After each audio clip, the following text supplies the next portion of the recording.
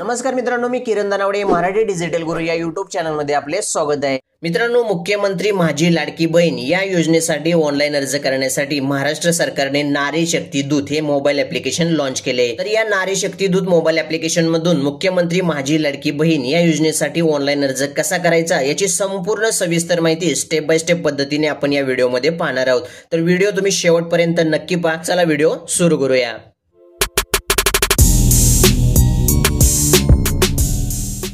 तर मुख्यमंत्री माझी लाडकी बहीण या योजनेसाठी ऑनलाईन अर्ज करण्यासाठी सर्वप्रथम तुमच्या मोबाईलमध्ये असलेल्या गुगल प्ले स्टोर ऍप्लिकेशन मधून नारी शक्ती दूत हे मोबाईल ऍप्लिकेशन इन्स्टॉल करायचे आहे।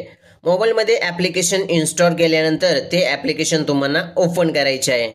ऍप्लिकेशन ओपन केल्यानंतर तुम्हाला असा इंटरफेस दिसेल। तर या ठिकाणी नेक्स्ट एरो वरती क्लिक करत आपल्याला पुढे जायचंय, त्याच्यानंतर डन वरती क्लिक करायचंय। ऍप्लिकेशन ओपन केल्यानंतर तुम्हाला असा लॉग इन इंटरफेस दिसेल। तर या ठिकाणी सर्वप्रथम एंटर मोबाईल नंबर या बॉक्समध्ये ज्या अर्जदार महिलेचा तुम्हाला फॉर्म भरायचा आहे त्या महिलेचा 10 अंकी मोबाईल नंबर या ठिकाणी टाकायचा आहे। मोबाईल नंबर टाकल्यानंतर त्याखाली असलेला ऍक्सेप्ट टर्म्स अँड कंडिशन या चेकमार्क बॉक्सला टिक मार्क करायचे आहे आणि या ठिकाणी स्वीकार या ऑप्शनला सिलेक्ट करायचे आहे।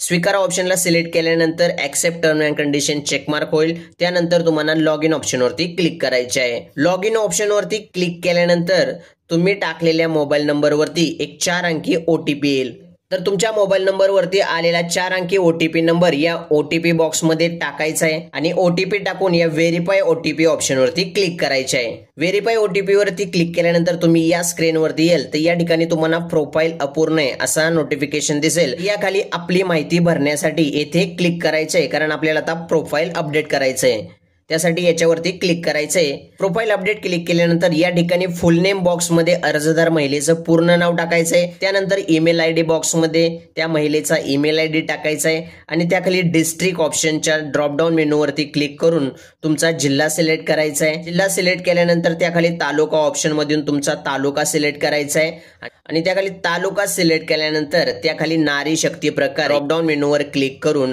लिस्ट मधून तुम्हाला नारी शक्ती प्रकार सामान्य, समूह, संसाधन व्यक्ती, बचत गट अध्यक्ष, बचत गट सचिव, बचत गट सदस्य, गृहिणी, अंगणवाडी सेविका, ग्रामसेवक ज्या प्रकारे ज्या महिलेचा नारी शक्ती प्रकार असेल तर त्या ठिकाणी तो तुम्ही सिलेक्ट करायचा आहे। शक्यतो तुम्ही सामान्य महिला हा ऑप्शन सिलेक्ट करा। प्रोफाईल अपडेट मध्ये तुमचं नाव, ईमेल आयडी, जिल्हा, तालुका आणि नारी शक्ती प्रकार ही संपूर्ण माहिती भरल्यानंतर अपडेट करा या ऑप्शनवरती क्लिक करायचे आहे। अपडेट ऑप्शनवरती क्लिक केल्यानंतर तुमचे प्रोफाईल या ठिकाणी अपडेट होईल। त्यानंतर तुम्हाला या ठिकाणी नारी शक्ती दूत योजना, यापूर्वी केलेले अर्ज आणि प्रोफाईल असे 4 ऑप्शन्स पाहायला मिळतील। तर तुम्हाला या ठिकाणी सर्वप्रथम योजना ऑप्शनवरती क्लिक करायचे आहे। योजना ऑप्शनवरती क्लिक केल्यानंतर या ठिकाणी तुम्हाला योजना PDF डाउनलोड करा आणि हमीपत्र PDF डाउनलोड करा असे 2 ऑप्शन पाहायला मिळतील। तर या ठिकाणी तुम्हाला सर्वप्रथम या सेकंड ऑप्शनच्या हमीपत्र PDF डाउनलोड करा या ऑप्शनवरती क्लिक करायचे आहे आणि तुम्हाला हमीपत्र डाउनलोड करायचे।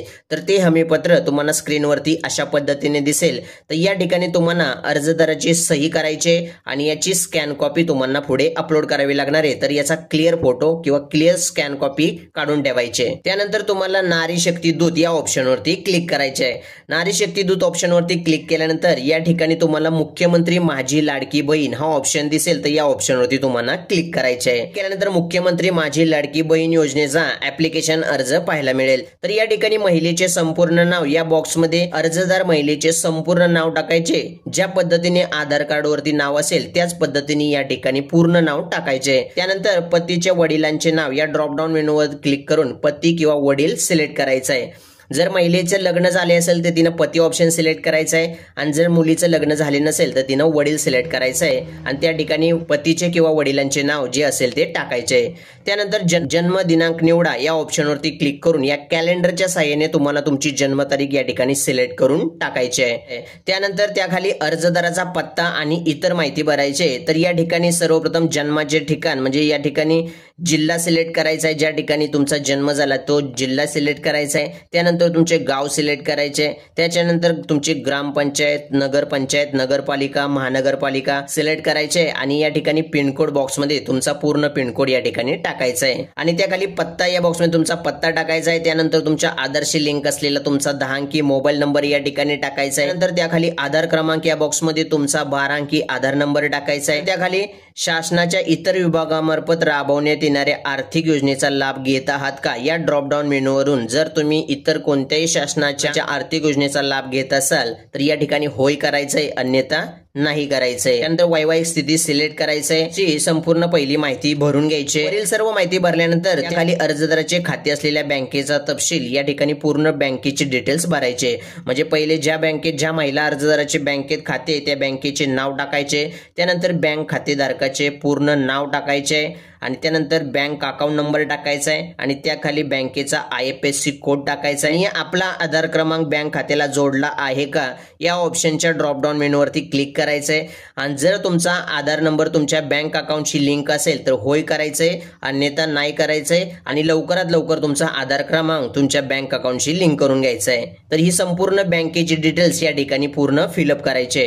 त्यानंतर खाली सर्व कागदपत्रे अपलोड करण्यात यावीत. या कागदपत्रांमध्ये तुम्हाला आधार कार्ड, अधिवास प्रमाणपत्र किंवा जन्म प्रमाणपत्र, तसेच उत्पन्न प्रमाणपत्र, अर्जदाराचे हमीपत्र जे की आपण पहिल्यांदा डाउनलोड केले आणि बँकेचे पासबुक ही एवढीच डॉक्युमेंट्स लागणार आहेत. परंतु याच्यामध्ये अधिवास प्रमाणपत्र आणि उत्पन्नाच्या दाखल्याला सूट दिले. जर तुमच्याकडे पिवळे रेशन कार्ड असेल किंवा केशरी रेशन कार्ड असेल तर तुम्ही उत्पन्न प्रमाणपत्राच्या जागी तुम्ही तुमचे केशरी रेशन कार्ड किंवा पिवळे रेशन कार्ड अपलोड करू शकता. आणि जर तुमच्याकडे अधिवास प्रमाणपत्र नसेल तर 15 वर्षापूर्वीचे ration card, voter ID card हे डॉक्युमेंट्स तुम्ही अपलोड करू शकता. तर या ठिकाणी सर्वप्रथम तुम्हाला आधार कार्ड ऑप्शन सिलेक्ट करायचा आहे, आधार कार्ड अपलोड करायचंय. नंतर तुम्हाला अधिवास प्रमाणपत्र किंवा जन्म प्रमाणपत्र अपलोड करायचंय. जर नसेल तर या ठिकाणी रेशन कार्ड अपलोड करा किंवा वोटिंग कार्ड अपलोड करा. त्यानंतर उत्पन्न प्रमाणपत्रामध्ये देखील जर असेल उत्पन्न प्रमाणपत्र तर उत्पन्न प्रमाणपत्र टाका. नसेल तर तुमच्याकडे केशरी रेशन कार्ड किंवा पिवळे रेशन कार्ड असेल तर ते या ठिकाणी अपलोड करायचंय. त्यानंतर अर्जदाराचे हमीपत्र या ठिकाणी डाउनलोड करून त्याच्यावरती सिग्नेचर करायचे आणि ती स्कॅन कॉपी या ठिकाणी अर्जदाराचे हमीपत्र म्हणून अपलोड करायचे. त्यानंतर बँकेचं पासबुक या ठिकाणी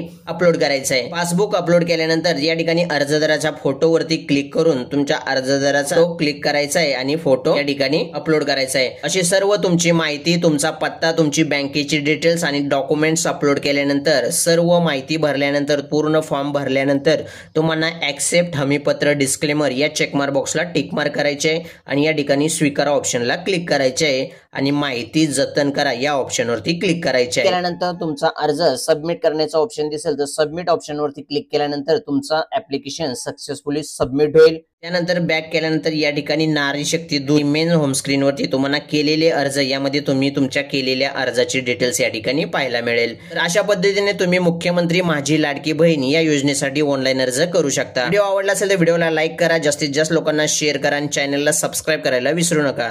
धन्यवाद.